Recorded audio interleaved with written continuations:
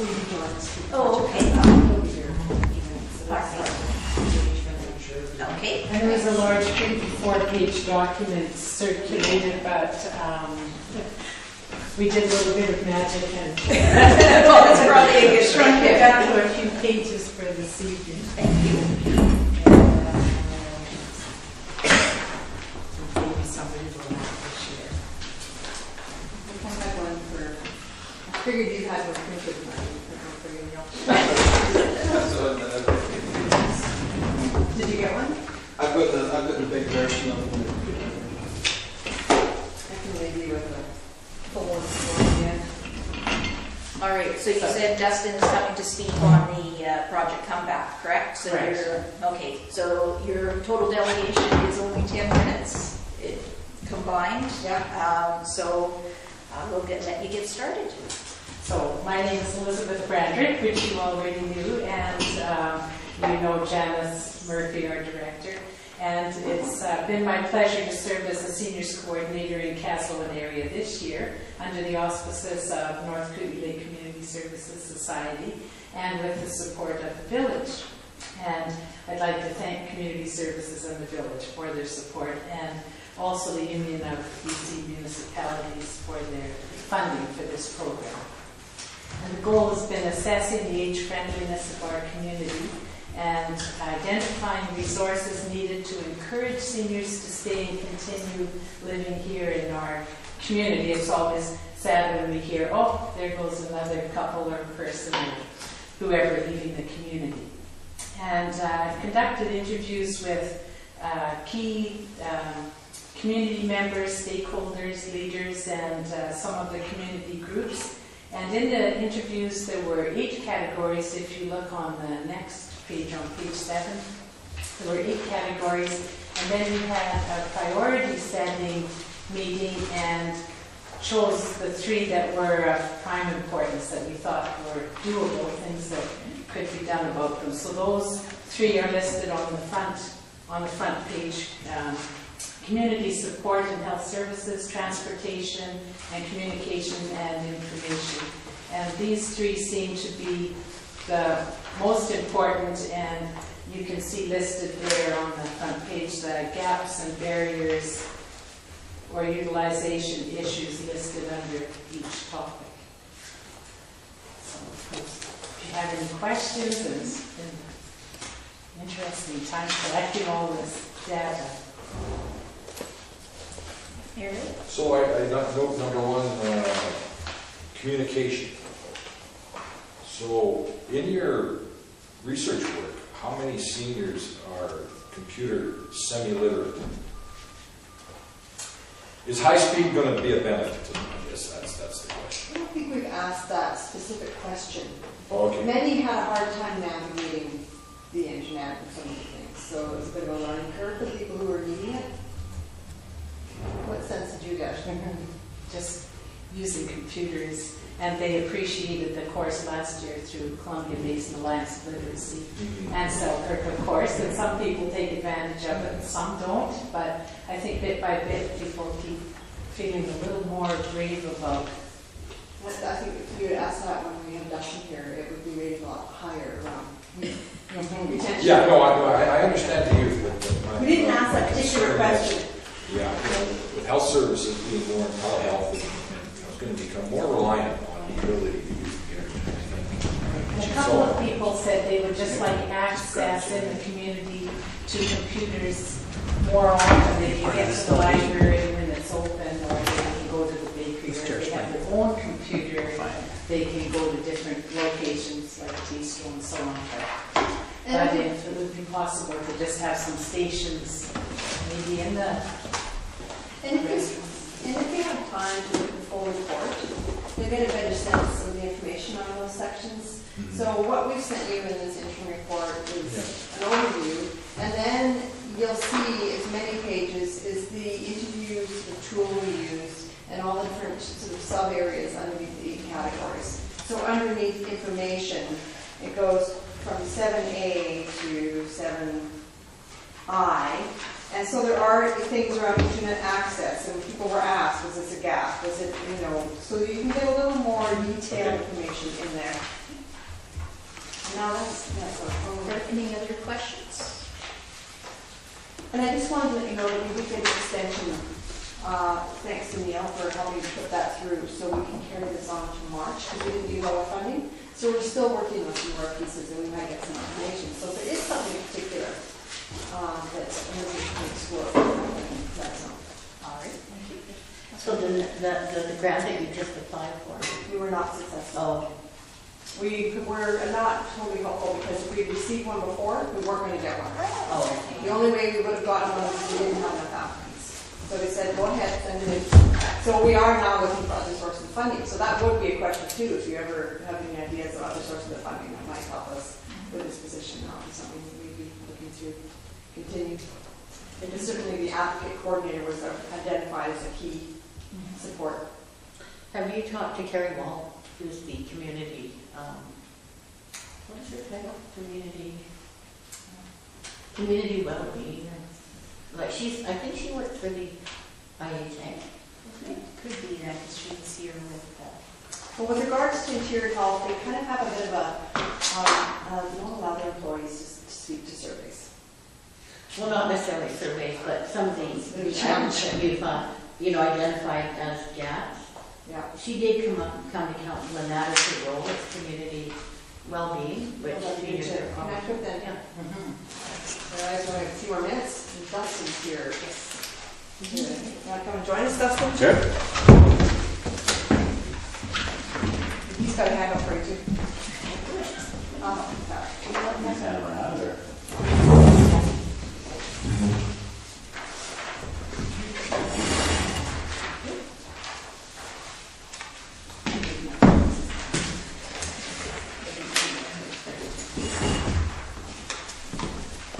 we only have about 3 minutes, so just so you know. 3 minutes? Okay, we can do that. I did it on the radio a couple times and I did 3 minutes. We'll do it. Cool. So if you don't know me, my name's Dustin. Thanks for having me here. This project that we're working on is called Project Comeback, and the basic idea of it is to retain and be able to keep our youth and young adults living here and thriving here. I think the scope of the project, to realize that rural communities are not just us, but lots of rural communities are seeing this big baby boomer population move in, and it's just being hard. Business is closing, and even myself, I experienced, having to work here, just to make ends meet. So we understand the problem and what's going on. And the project is financed by BC Rural Network, and yeah, you can read the sheet later, but it's mostly government, federal, and provincial funding. And so that's the objective is there's four parts to this. There's 4 parts to the whole program, and the first was to conduct a survey, and we did that, and we already had 80 people do our survey, which is awesome. And then I'll share a little bit of the results that we have, and that's basically stage 2 of the project, is to take all these results, figure out what are these barriers, what do people move here for, what is most important to people, and then on January 23rd, we're going to have a meeting at the high school in the Lighthouse Theater, and it's nice working with a budget. Actually, it's like, we can do things, right? So we can have this meeting and have it catered and bring in some youth and maybe give away some bursaries. And a girl came to me, she's like, oh, you make a poster, and I have a printer, a local printer in town to help us print it. And so already it's fun just engaging young people in our community to just do what they want and hopefully, allowing them to get some money from it. And so then stage 2, we're going to get the results. Stage 3, we're going to have this nice meeting where my idea is to have some people speak, because already we know that housing is a big issue, and we have a couple housing societies. Maybe someone from there can just give us an update what's happening with housing in our community. And then have just a few different people. Neil said that he'll probably attend. He was the one who essentially, in my understanding, brought this project to Kaslo and introduced it to us. And so kudos to you.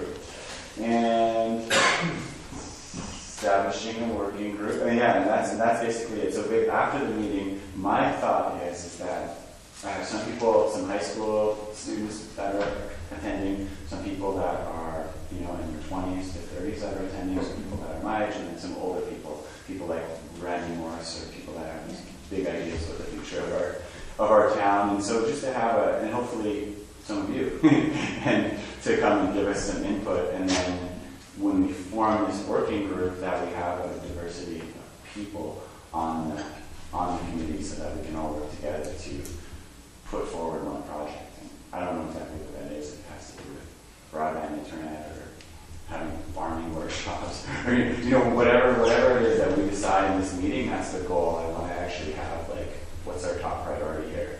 Pick it, have a few action items, and then put the working group together, put it together. And I think that the budget is, like, just so you know, it's like $12,000, and that includes sort of wages of Kootenai Lake and mine and that kind of thing. But still, it's like we can do something with that. And that goes over 2 years, so I think it's $24,000 for 2 years to do a project to help retain, you know, to bring it back. Yeah, and like any project, it seems to be, you know, cracked. They want to know what you're doing, what results it came, and we just keep sharing that back and forth to continue our funding. And so I'm excited. I think it's a worthwhile project for sure to basically, in a sense, like, Kaslo is going to go in one direction or another, but it's just another chance to say this is the way we want to go, and instead of letting it happen to us, you know, being part of it to direct ourselves in a certain direction. And then, since I've probably gone over my 3 minutes already, you can there's a little bit of survey results, just basically how important are each of the following, the top 5 things that are important to people that live here, and then we asked what would be something you think would help retain people, and not so much of a surprise, help and medical services on the top. But it sounds like there's some ideas, you know, floating around to start really actively engaging in that. And then This is a partial summary too. And this is, yeah, exactly. This is just a couple things that Janice and I pulled out that we thought were some key points that you might want to see, and that this meeting will sort of be based on choosing these sort of panel speakers or however we do it. And last, if you, I'm going to let the survey go until I'm actually going to go on a little vacation and come back in the beginning of January. And when I get back, that's when I would close it up. So if you know people that are home during the holidays, and there's still a chance to do the survey. And the link is at the bottom. And if you go to the Kootenai Services website, Kootenai Lake Community Services website, sorry. Yeah, you go there, you can find the link, and then on this page, my email address and phone number. So if you have anything, any questions, and if you can attend the meeting, that would be great. Just let me know, and then I can let the caterer know to make a taco. Can we have you put that on our calendars so that we don't forget about it? January 23rd, it's a Thursday. So we did put a bit of information at the top of page 2. Where are we now? So we the date our workshop is booked to be at the school 3:30 to 7:30 on 23rd. So are there any questions? I had one last comment just that I neglected to make on the age-friendly project on the back of the intro. It does highlight a few things that came out that are maybe relevant to the village that came out of the survey so far. This is a short paragraph that it was looking at more accessible washrooms, the buildings, pathways and and benches. And those come out through. But those were sort of the key things that were sort of more village related and particularly sort of infrastructure. All right. And I'll have some office time Monday mornings for 3 hours at community services. So if anybody is wanting to ask questions about seniors and their needs, We're setting That's that where up I'll until be. March. Those hours. No questions? Okay, well, thank you very much for coming and giving us the update on the projects, and we'll have the workshop put on our calendars, so hopefully we'll get somebody who's going to be able to go, at least one of us. And I think it'll be a nice evening, you know, like I have some friends from about the lake or play some music, and yeah, set has food and just like really engaging with all sorts of different people in the community. So hope to see you there. All right, well, thank you very much. Thank you for letting us come to speak. Yeah. It's too late to send this piece of ideas. Still send it because I the right up. Send it up.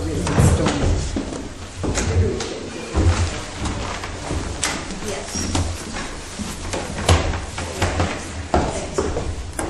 All right, and our second delegation, John Allison. John?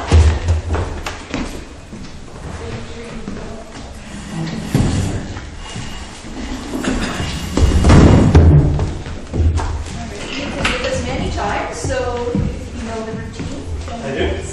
And I won't need 10 minutes, I will only need about 5.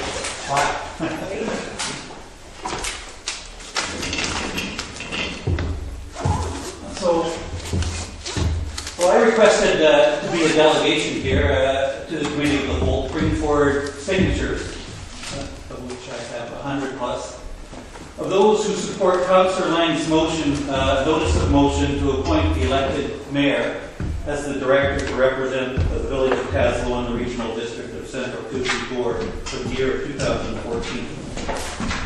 So this is not a petition. This is just a request to council to recognize that there is a lot of support for this. So last year, a majority of the Kaslo councillors voted to remove Mayor Lay from the regional district of the Central Kootenai Board and replace him with Councillor Holland. And while there was no advance notice or discussion in council regarding this unprecedented change, there was also no consultation with the voters of Kaslo, and their approval was not given to this extraordinary change of position. Councillor Lang opposed this decision last year, and this year he has requested a notice of motion to appoint the elected mayor as the director to represent the village at the RDCK board. So after the decision was made last year, I, representing those citizens who voted and supported Mayor Lay, came before council to explain why Mayor Lay should be reinstated. At the end of my delegation, I requested that the councillors provide a written explanation as to why they made their decision to remove Mayor Lay. To date, I have not received their reply, and thus I have again gone to those who support and voted for Mayor Lay prior to this year's appointment to obtain their support signatures for Councillor Lang's notice of motion. So in many communities throughout the RDCK, the representative has traditionally been the mayor. It is extremely important that the mayor be present at these RDCK meetings, as it affords him the opportunity to network with mayors from other municipalities, as well as sit on key committees that directly impact the economic well-being of our community. It should be noted that Mayor Lay has volunteered his time to attend these RDCK meetings over the past year.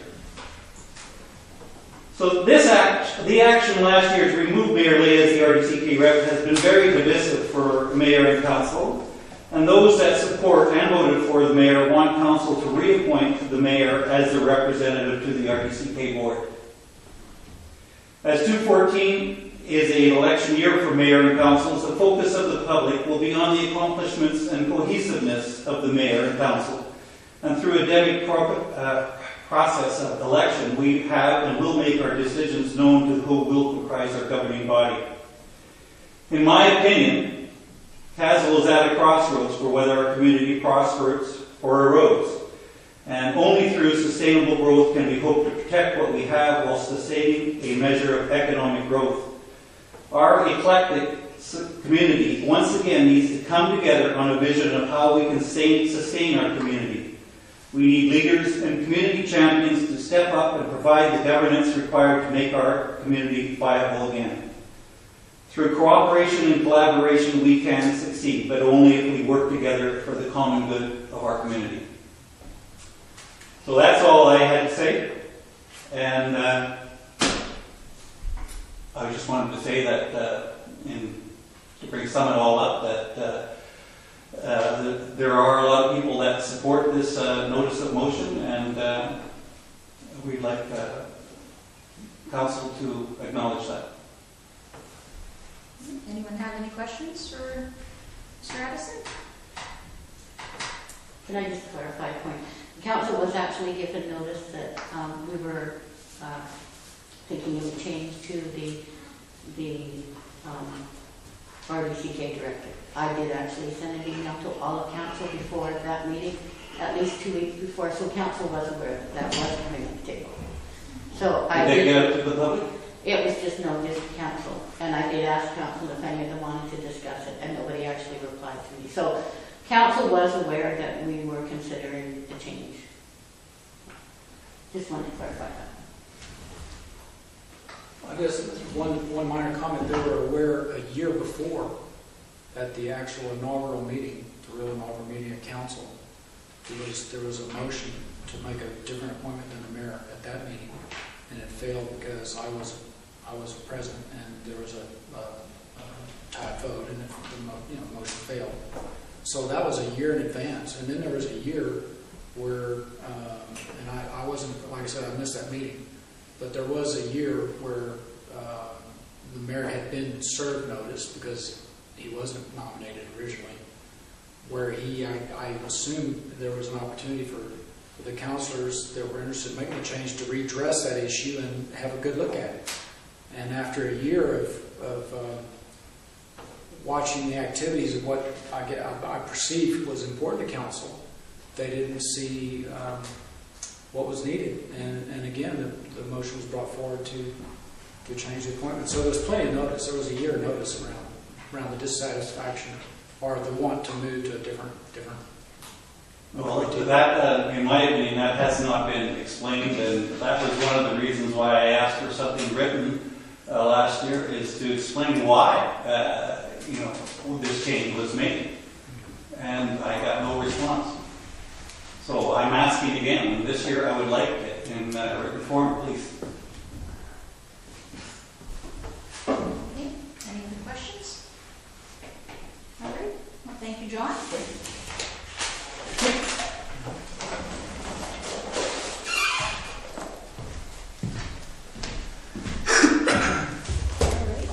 So we'll move into the business for this evening. The first item on the agenda here is the proposed terms of reference for the Health Services Select Committee. Has everyone had a chance to review that?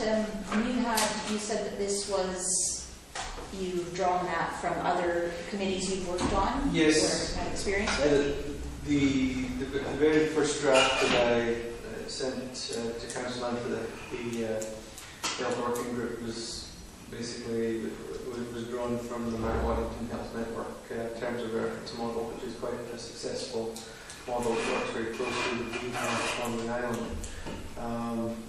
This iteration you have before you tonight is one that's been through with at least some members of the working group and come back with some suggested changes, which from a staff perspective are certainly fine. If Council were to approve the terms of reference in this form, it could certainly just be approved in a draft sense, and the committee could further refine it if they wish later on. The committee could be appointed by Council next week by resolution with a village rep and an alternate appointment at least, so that they can start to be recruited formally. That is if Council wishes to go in this direction. Well, I think a couple motions are probably in order to get this nailed down to what you just said. I think the first one would be I would move that we adopt the terms of references as presented, and with a I don't know if it needs to be a part of the resolution or not, but a caveat that it's gone by the advisory group again for their approval, or maybe subject to their approval. So that's a motion. I'll second that, President. It says in the membership there would be one from the village, one from the director, and 4 residences, but we've always found on committees it's better to have an odd number. Because you can't ever break the tie if it's all even. So maybe having 5 residents of the village castle.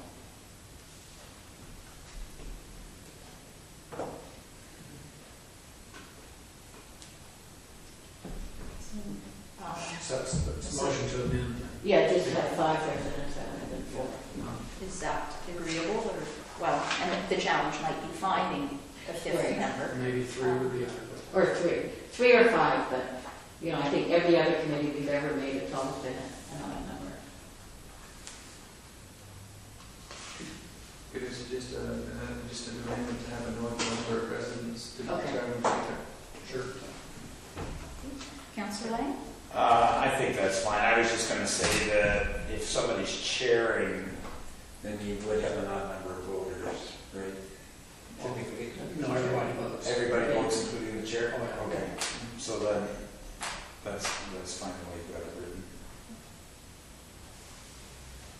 Okay, anything else? Any other discussion on the motion? Haley? I did raise this today at healthcare working group. There is a situation in play at the moment which may result in the termination of the healthcare working group. It's kind of based on this letter from Dr. Halpenny and whether or not there's a response. If there isn't a response, then there will be certain actions taken which would make the healthcare working group moot, so to say. Okay. So I think it would be wise to proceed with this in council as a recommendation, given the fact that it's in place but no names are attached to it. Which there aren't at this Yeah. point. But it's a very challenging, difficult situation. Any, Well, I agree with the mayor. It's important we carry on with this and do this. My understanding is, and I haven't seen this definitively, but it comes from a good source, that there's a legally binding obligation on the part of AHA to recognize a duly constituted committee representing our healthcare concerns. They won't have a choice about that. The best information I've got. So, I mean, we may want to explore that. But I believe, like I said, it comes from a reliable source that's a policy structure within that organization that they can't. If we appoint a committee, they cannot disband it. They cannot do away with it. They cannot ignore it. So that would be, you know, the one thing that would, for sure, we keep moving forward in either case, we keep moving forward. well, at this point, even with this resolution, we've got another week before things Yeah, to settle that's out. right. So just, To try and see if Yes. so there's some clarity. right. So I'm going to call the question. All those in favor of the motion? Okay, the motion is passed. So, number 1 in black is the wildfire interface request for proposals. Stephanie will be back on Thursday. I'm glad to. That's Little- okay. Little errors may reduce. Oh, that's minor. Yes, I managed on Monday morning to get out 2 documents. One was a request for proposals for RFP, an RPF, to provide professional forester services for the final phase of the wildfire interface project, with that deadline of December 13th to get back to me. All known local RPFs have been approached with the request for proposals. Also a request for expressions of interest to a number of local area forest service companies for providing the crew. That's not a binding process, but it will enable us to have a short list of potentially interested companies that might be responsive to tenders that the RPF would help us issue in the early new year. My hope is if I have a reasonable number of responses on the deadline, you potentially can have a special meeting of council before or after the budget meeting on the 17th to review the proposals and if we make a decision on it.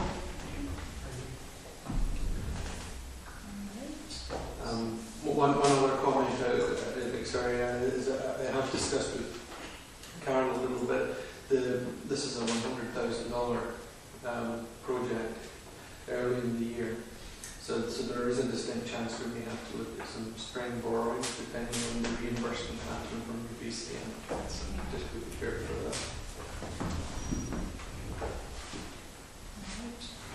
Anyone have any questions on that one?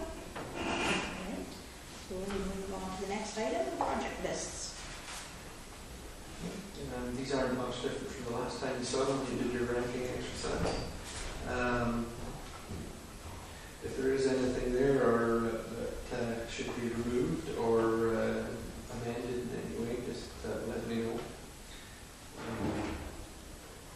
I'm trying to tidy them up as we go along. I believe next week, for example, Councillor Lyons asked us to raise the subject of marketing rural lands through the BC Opportunities website. That's not exactly the sale of village land, but it's marketing of village lands to a degree, which is fairly low in impact in terms of cost for us. Just time preparing the profiles for that website. So that may be added as a project, or maybe refine the sale of village land aspect a little bit. So if there is anything you see there that needs amended or changed or you'd like to talk about it, just let me know. Councillor Beasley? So under the kennel and city hall, should be, the broadband should be connected to Village in December. That's delayed now, isn't it? No. Telus should be making that circuit live in the next week. So what may not happen is that it's of any use to us right away, because then we need the Columbia Basin Broadband Corporation to come in and connect our office system to it. I believe Richard Wake is going to come personally and do that. Then it is actually functioning. Then hopefully from here we'll get our video conference equipment at some point, and I'm hoping to make the smaller meeting room a video conference room that we can offer to the community. Just backing up to the airport and Opportunities BC, this came up at the Southern Interior Action Committee meeting on Monday, and the fellow that's now responsible, Mark Imus, said himself or Diane Brooks would be glad to help the village do it. It's a real simple form you fill out. But what's interesting is Mark gets an email on any of these lands from China, Europe, wherever, that he then follows up. So it's not like we have to do it. The government are looking for investors. And so when somebody goes onto that site and sees something and wants to know more information, then they get back to where the land originated to allow a dialogue to occur between the potential investor and. So I don't know where Diane Brooks is at on this. She's been here a couple of times. It's filling out the form. It's kind of I just need to log in. That's all I really need.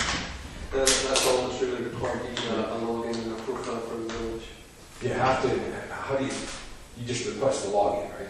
Yeah. Yeah.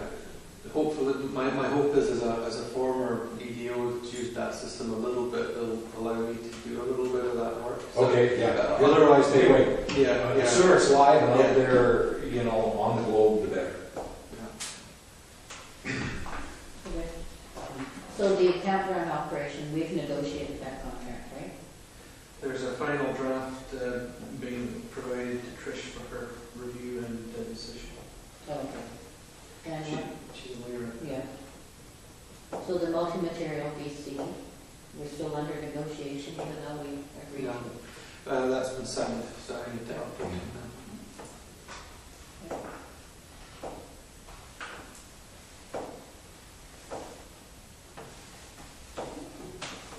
Any others? All right. Yeah, thank you. And staff report on council priorities.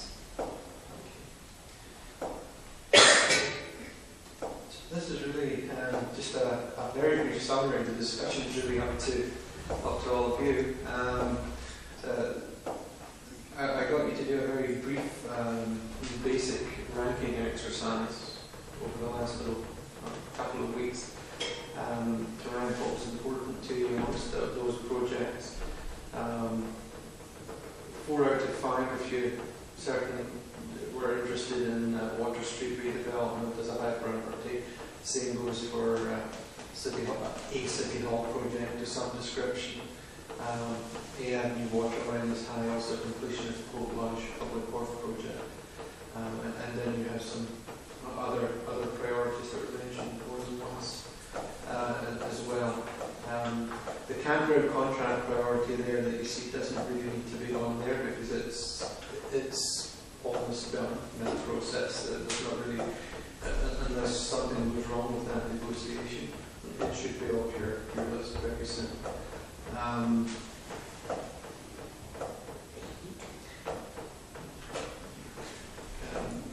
We'll be looking at the City Hall Kennel projects in some detail at the next committee of the whole in January.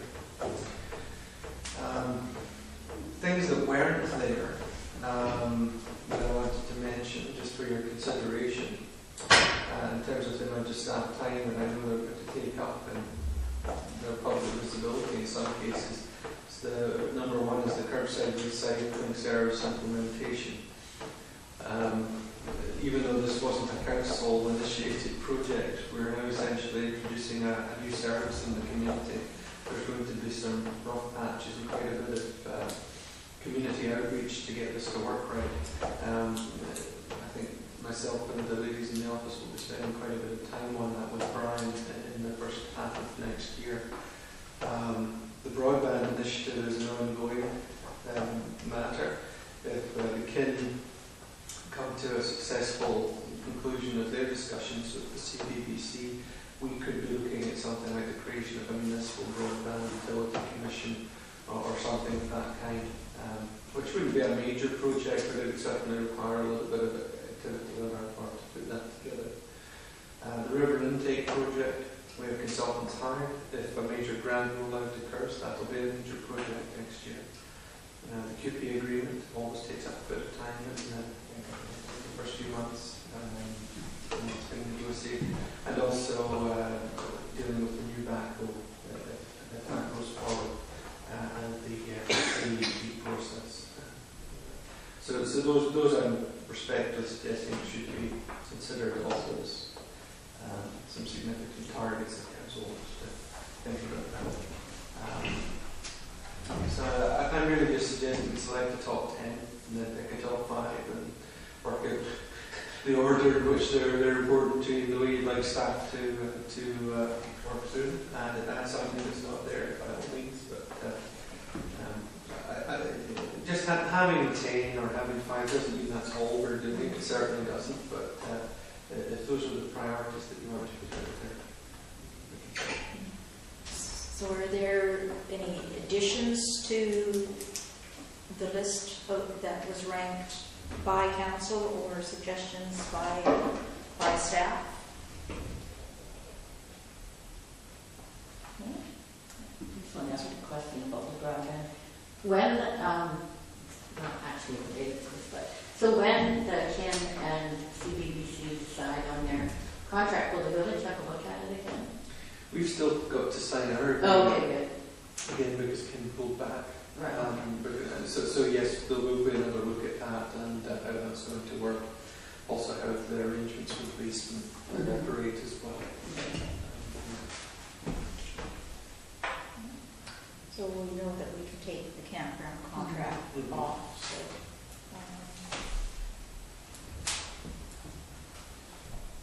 I can write a point of light order for that. yeah. So I'm just wondering for our next steps. It seems fairly straightforward to me. If we eliminate the campground contract, the QP agreement and the backhoe, I realize they're going to take staff time, but they're not like the QP agreement. There's no option around that. It's almost not a project. Yeah. And the backhoe, I mean, I recognize there's staff time in that too, but council's already committed to that. So that leaves 10. So I suggest we've got our 10, and maybe we have our 5 if we go to the list that was identified from the first go round up there. If out of the bottom 4, the aerodrome, the water smart, the zoning project, and the campground, if we could pick one of those to go into the 5, would we not be basically accomplished this exercise? Or how do we feel about that? Can we do that tonight even? Is that possible? Yeah, I think we've got time for that. Then I would just strictly to start the ball rolling. Then I'm suggesting that the campground contract's gone, that the Cookie agreement and the new backhoe are definitely on our hit list, but that we don't necessarily have to prioritize them because they're kind of Okay. done. And then I'm going to suggest that within the 4 outstanding, that the biggest, I believe, the biggest buy-in and the most cohesive part of what we're already attempting would be the water smart program. We're making some ground on our leak detection, getting some lines done. It's a project that was, I believe, we got to a point that there might be some applications for that to be some shelf-ready components of that already through the work we've done. So it could kind of be sitting there, and I'm thinking of the three that are left there, there's probably, I'll suggest is one of the better places to go for getting if we want to have a top 5.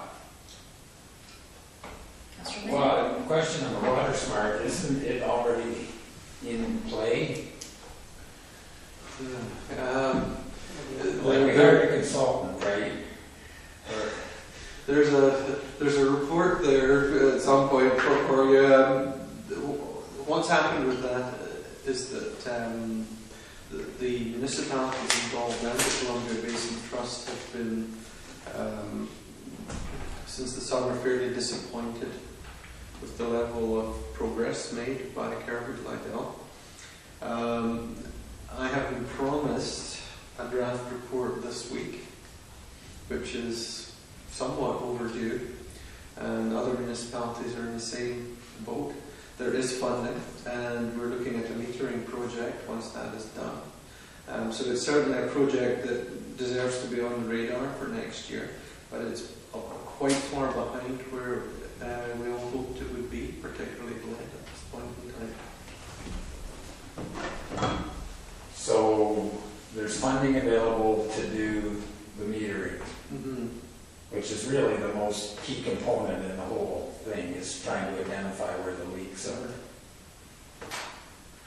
So conceivably, we could move away from our relationship with Kerwood Lydell and get somebody else to take over it if the funding could be. At a particular juncture. At a particular juncture, the funding was still in play.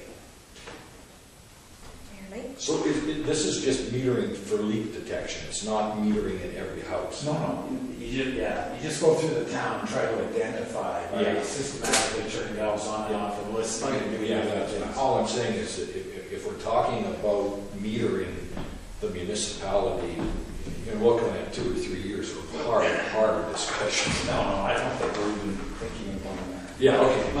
My understanding on this topic is that in the initial phases of this project, it was discovered that Kaslo somewhere is losing close to a catastrophic amount of water every year. And the purpose of the metering is to try and work out where that is. Yeah, I just wanted to make sure it was metering for leak detection.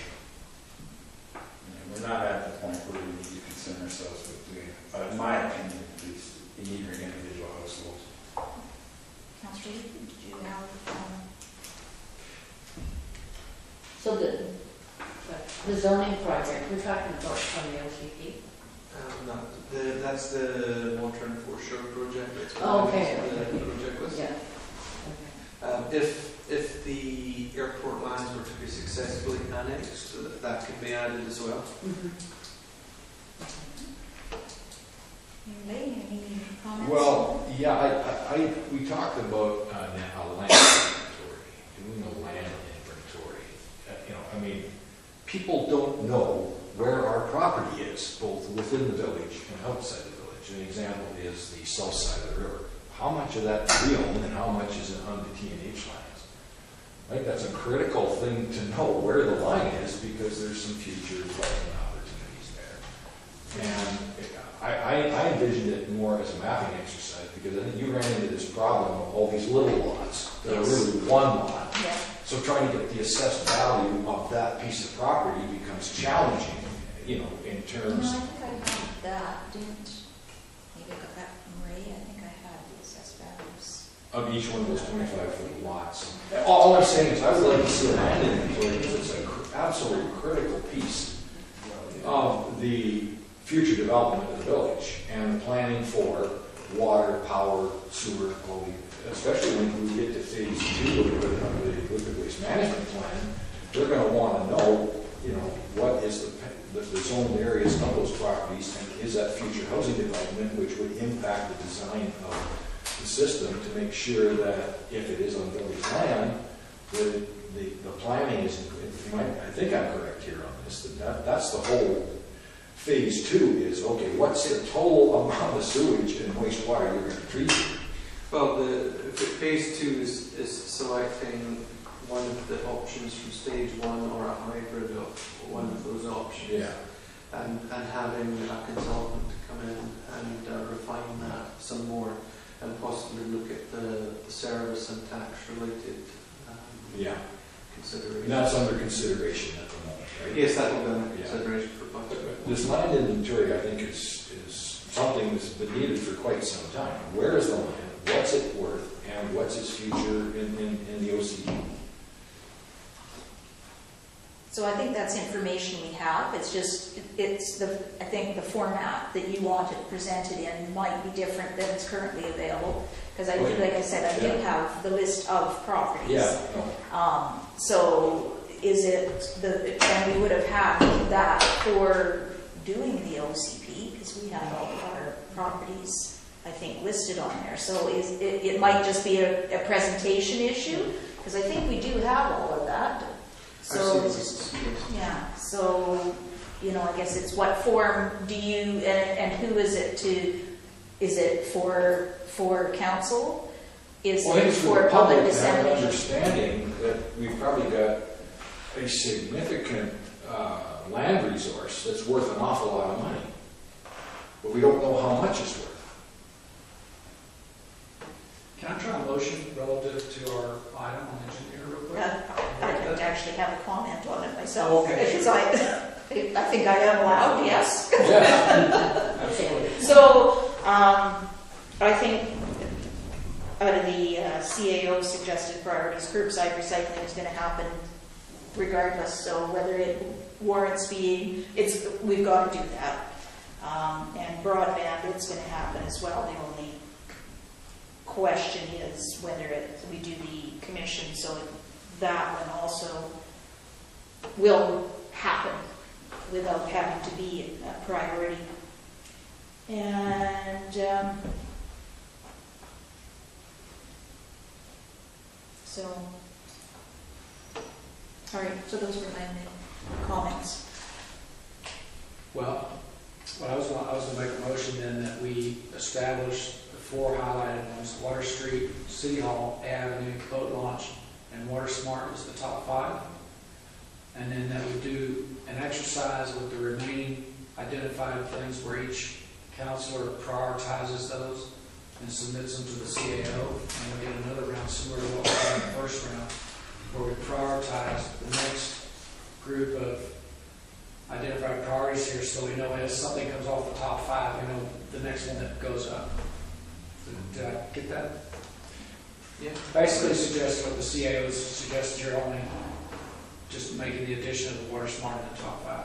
And then the other 5 or 4, whichever it is, we should, again, always do our little straw poll. We submit those to the CAO as prioritized. And basically, it saves us a lot of time reading, rather than us sitting here debating and going back and forth. We just write it down, send it to him, he can compile it. And then if he needs to come back with us for clarification because of ties or something's not clear, then we can take another kick at it. I'll second that one. I just want to be clear, so that's the whole list, not just the curbside, river intake, QP agreement. Well, Because those things have dropped off, I thought. And we could pick from the other list.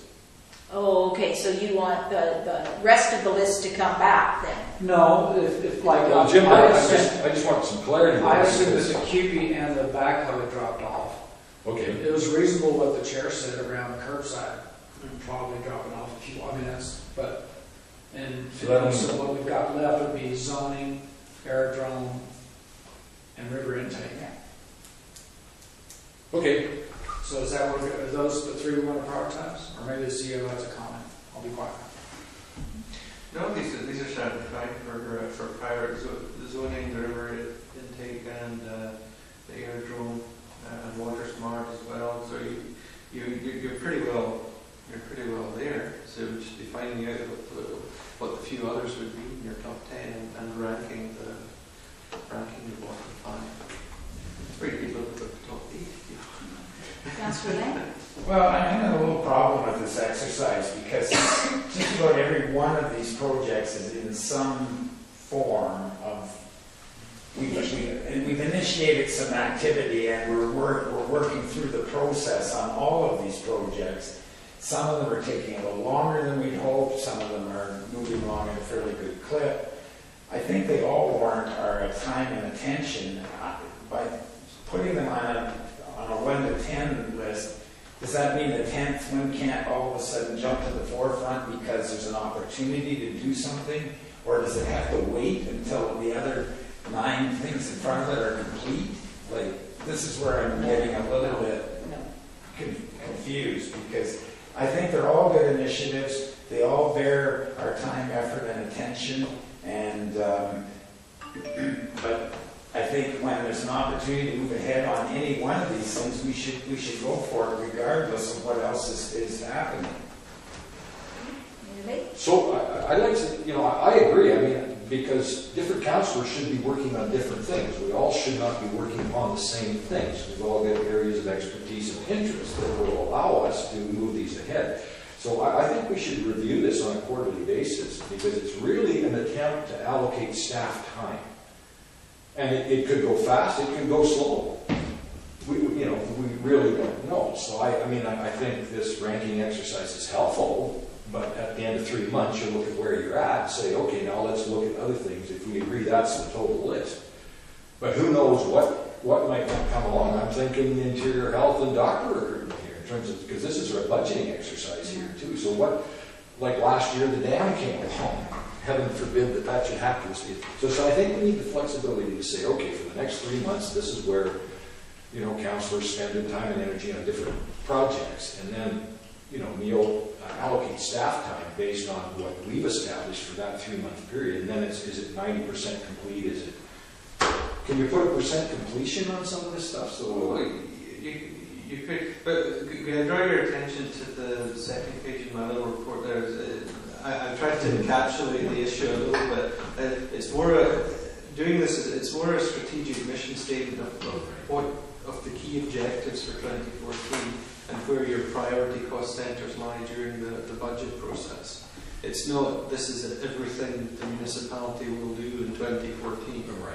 It's basically, it's a communication piece for the public and for the staff in terms of what is it we're going to try and achieve in the coming year.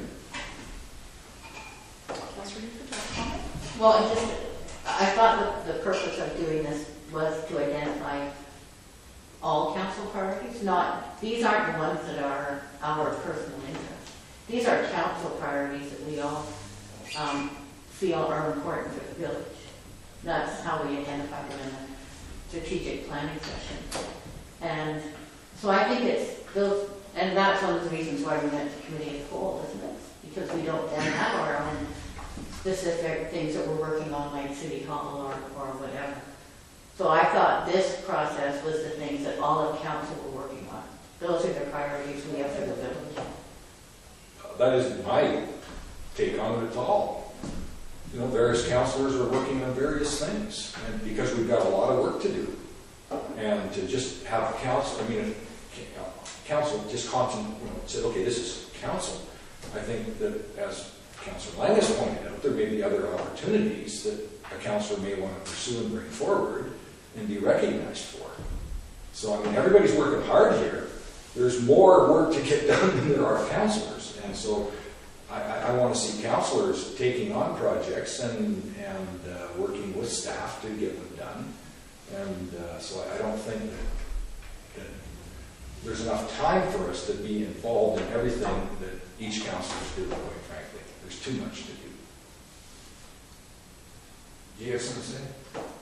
Yeah, it's sort of along the same lines as what Councillor Leith had said. We do act as a body, is my opinion, and that is what we're elected for, is to act as a body, not to pursue our personal objectives. You know, undoubtedly they'll all be good for the village, but we have to be working together. I don't think it's my place, anyone's place around this table, to go in to Neil and say, this is what I want you to work on, even though council identified these as our top 5 priorities. I think this is a priority for me, so I want you to dedicate staff time to it.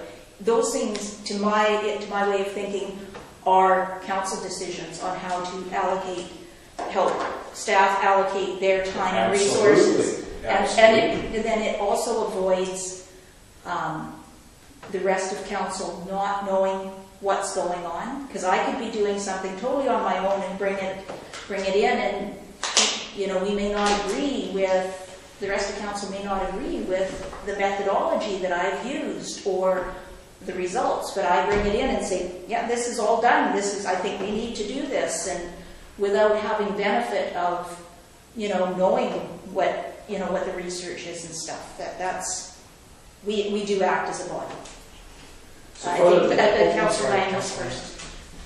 Yeah, I think Neil hit the nail on the head when he said that it's a communication piece, and I'm okay with that. Just to say, it would be nice to put something out there to the public that these are our priorities for 2014. This is where we're going to try to focus our meager monetary resources on, and then let it go from there and just see how it all plays out. I don't have a problem with that. I think when we get into the nitty-gritty of budget, that will further sort the list. There'll be things we can do and things we can't do, no matter how much we want. We want to see them done. So I'm okay with going with the idea of ranking and get it out there in the public and say these are what we've identified. And if you want to put I liked earlier on when Neil first took over, and he sort of gave us timelines too, like at what stage these projects are at, the estimated time of completion, I think that really helps focus the conversation as well. So I'm okay with prioritizing it and giving staff that kind of direction, if you want to call it that. Councillor Holland? I'll pass. You still have A motion on the table. Yeah. So can we have that read back? Because did it change a little bit? It was basically the four highlighted priorities plus water smart are were to be the top 5, and that council submit another 5 and write them to me so that you can complete the process from a top 10 perspective. 5 from the list already generated, right? Not new ones. 5 from the page 2 here, Yeah. All right, and Councillor Leith would have seconded that motion, Yeah. is that correct? Okay, any further discussion? All those in favor? Motion is carried. Just to extend that conversation a little bit as well, I'm not too sure what's going on in the past with annual reporting. The annual report that's done every year, perhaps it's just the basics on financial statements, but the idea is that as a council you set strategic priorities for your term and also year on year, and the annual report is the place where staff report on how these strategic objectives are being met for you. Yes. So it is quite important, because from our reporting to the public piece, if you set these objectives, we then report out on them every summer.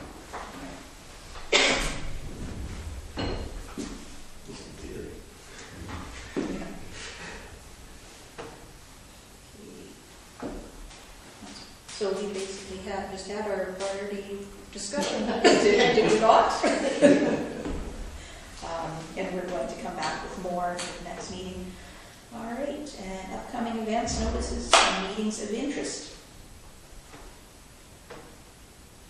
Anybody got anything to report? Letters in the craft there. What's that?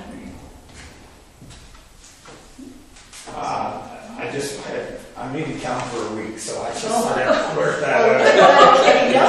So, but I'm available on myself, and I will be back in time for the fireman's ball or whatever it is. So Okay.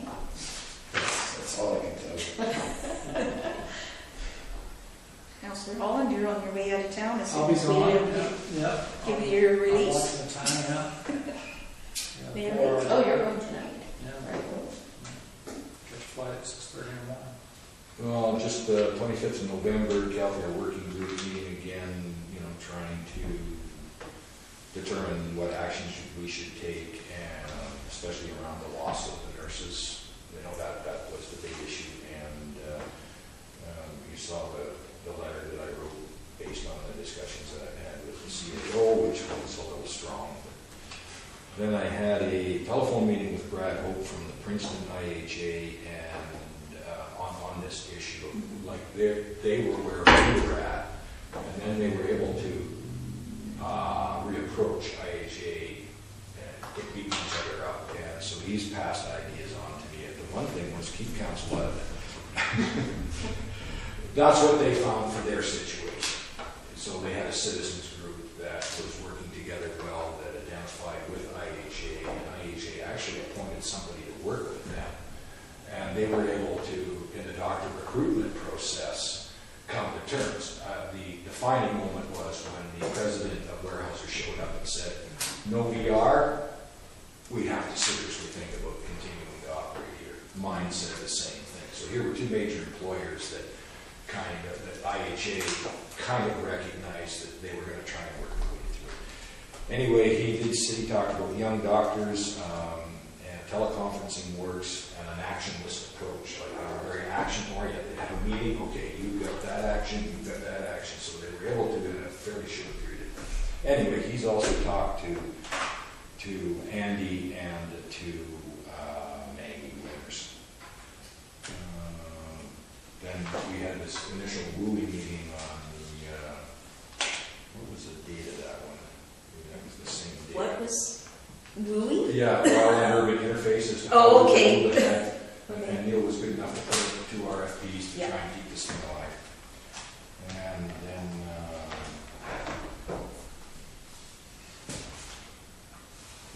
27th, another meeting in terms of interior health, and maybe health, for example, and it all gets down to recruiting doctors, and I think we're there.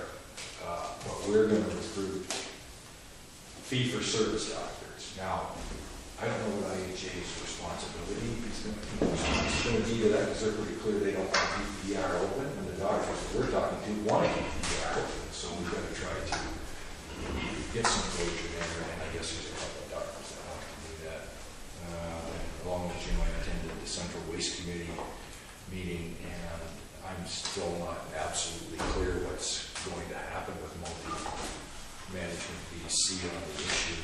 Yeah, I guess it's just staying tuned there, but there was some talk about dropping the transfer station at the east end, the transfer station at the east end of the airport. But I would imagine there's an engineering study next year in 2014, and then the decision will be made in 2015. It's going to be 2015, before they even open up that can of worms. And then finally, SIDAC meeting in Sycamore yesterday, Monday there, dealt with the Rural BC project. Did anybody go to the Rural BC project meeting at PBCM? Well, they're attempting to get the government to recognize that Rural BC needs its own secretariat. Oh, great. And so Steve Thompson was actually appointed as the person who would take the lead in the Rural BC project. And that's an attempt to bring all of the communities in rural BC together for a common purpose here. You can imagine it's a huge undertaking. But things are in place there, and the mayor's meeting in Cranbrook in May the 8th this year will deal probably with the rural BC project, because there's a desire on the part of municipalities, the larger centers, to say, don't send us any more people. We don't have enough water, we don't have enough money, we don't have enough housing. How can we work with you people? This is my take on it. How can we work with you people to collaborate so that we, have a balance in the distribution of benefits? So the desire to, this idea that we're going to move everybody into the larger centers seems to be fading. And what the larger cities want is to have a collaborative relationship with the urban. That's what the Rural BC project is all about. The other thing that came up at SIBAC was the Healthy Communities grants, which I'll talk to you about. If this committee went ahead, there is funding out there, I think. One is from the Northern and Development Initiative Trust are funding one regional district to do a survey of all its residents, so you have in one page all the statistics that relate to your area, because they really feel IHA don't understand the difference between the summer population and the stay-home population and how that affects the delivery of health care. So I'll pass this on to Neil here. And that was about it.